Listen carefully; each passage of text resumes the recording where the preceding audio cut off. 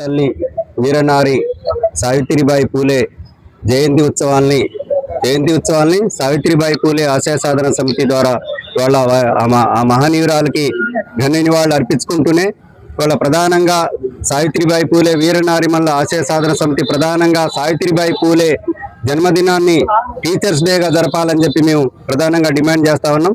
అదే రకంగా ఆ పుణ్య దంపతులకి భారతరత్న ప్రకటించాలని చెప్పి ఈ ప్రభుత్వాన్ని విజ్ఞప్తి చేస్తున్నాం, డిమాండ్ చేస్తున్నాం.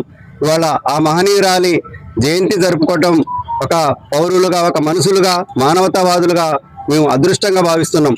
అంటే కొంతమంది మాత్రమే జయంతులు వర్ధంతులు చేస్తాం. దాంట్లో సావిత్రిబాయి పూలే ఇవాళ ఎవరైనా జయంతిని మేము సంతోషంగా జరుపుతున్నాం అంటే ఈ సమాజానికి చదువు నేర్పినటువంటి, జ్ఞానాన్ని ప్రసాదించిన, మూడో నేత్రాన్ని ఇచ్చినటువంటి చదువుల తల్లి వీరనారి సావిత్రిబాయి పూలే జయంతుల్ని, వర్ధంతుల్ని నివాళులర్పించడం ఒక బాధ్యతగా భావిస్తూనే ప్రభుత్వాలు, పాలకులు కూడా వారి ఆశయ సాధన వారి స్వప్నం అయినటువంటి భారత రాజ్యాంగాన్ని అమలు చేసి అంతిమంగా బహుజనులకి రాజ్యాధికారం ఇవ్వడమే ఆ సావిత్రిబాయి పూలే కోరుకున్నటువంటి నిజమైన నివాళి, ఘనమైన నివాళిగా భావిస్తూ పాలకులు కూడా ఇవాళ ఈ సమాజంలో ఉన్నటువంటి బహుజన మహిళలు కానీ ఇవాళ అందరం కూడా బహుజనులు అందరం ఈ వీర యోధుల యొక్క స్వప్నాలని, కళను నిజం చేయాలని చెప్పి కోరుకుంటూ ఇవాళ జన్మదినం, వారి జయంతిని జరుపుకోవడం జన్మదినం శుభ్రంగా భావిస్తూ, అదృష్టంగా భావిస్తూ ఈ అవకాశం ఇచ్చిన ఈ కార్యక్రమానికి ఇచ్చేసినటువంటి మీడియా మిత్రులకి, అదే రకంగా వీరనారి సంఘానికి, మిగతా పెద్దలందరికీ జై భీమ్.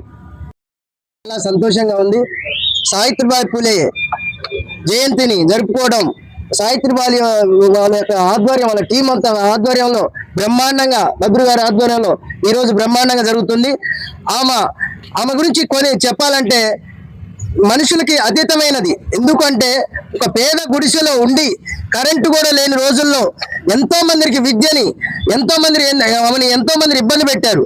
ఆ రోజుల్లోనే ఒక మహిళగా, మొట్టమొదటి ఉపాధ్యాయురాలుగా, మొట్టమొదటి ఉద్యమ నాయకురాలుగా అవతరించి ఎంతో మందికి ఆదర్శంగా, ఎంతో మందికి ఆ రోజుల్లో ఎంతో మందికి చదువు నేర్పి ఒక భర్త అడుగుజాడలో జ్యోతిరావు పూలే అడుగుజాడలో నడిచి తన వెంట ఉండి ప్రతి ఒక్క విద్యార్థులకి ఎంతో మందికి విద్యను అందించి మహనీయురాలైంది. ఆమెని తలుచుకోవడం, ఆమె జయంతి చేసుకోవడం మాకు చాలా ఆనందంగా ఉంది. ఈ కార్యక్రమానికి నన్ను గెస్ట్గా పిలిచి ఈ సావిత్రిబాయి టీం యొక్క గొప్పతనాన్ని భద్రుకి వాళ్ళందరికీ ప్రత్యేక ధన్యవాదాలు. అట్లనే మీడియా మిత్రులకి, ఈ సావిత్రిబాయి టీంకి మొత్తానికి కూడా నూతన సంవత్సరం శుభాకాంక్షలు తెలియజేసుకుంటున్నాను. నూతన సంవత్సరం శుభాకాంక్షలు మా సంఘం తరపున తెలియజేస్తున్నాం.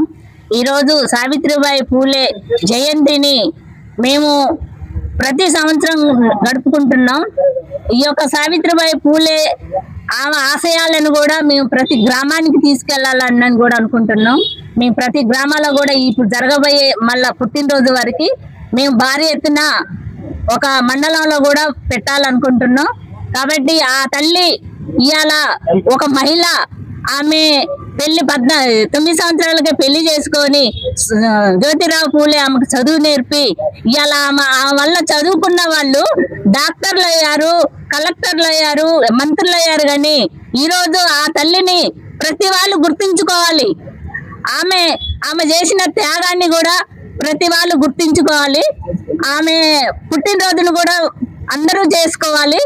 కాబట్టి మీడియా మిత్రులకు మేము కోరుకుంటున్నాం, అందరికి, పెద్ద మనుషులకు అందరికీ ఆమె ఆశయాలని ప్రతి వాళ్ళు కూడా మన ఇక్కడ ఏదో 4 గోడల మధ్యలో జరుపుకొని 4 గోడల మధ్యలో ఆమె ఆశయాలు సాధించాలని అంబేద్కర్ గాని, పూలే, సావిత్రిబాయి, రమాబాయి, సాకలైలమ్మ లాంటి గొప్ప వాళ్ళ త్యాగాలని మనం ప్రతి వాళ్ళకి తెలియజేయాలి.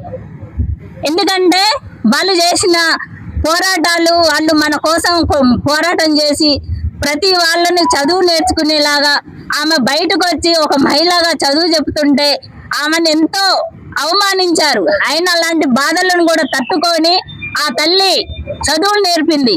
ఇలా చదువుకొని కలెక్టర్లు అందరూ ఉన్నారు. ఇలాంటి వాటికి ప్రోగ్రాంకి అతిథులు పిలిచినా కూడా రాలేని పరిస్థితిగా ఉన్నారు. మాకు చాలా బాధాకరంగా ఉంది. దయచేసి చదువుకున్న ప్రతి మహిళలు కూడా గుర్తించాలి ఆమె చేసిన త్యాగం. మన భారతదేశంలో పిల్లలే నా పిల్లలు అనుకుంది, వీళ్ళే నా పిల్లలు అనుకొని వాళ్ళు చదువు నేర్చుకొని మన కోసం ముందుకొచ్చిన ఆ మహనీయులకు ఘనమైన నివాళులు అందరూ అర్పించాలని కోరుకుంటున్నాం.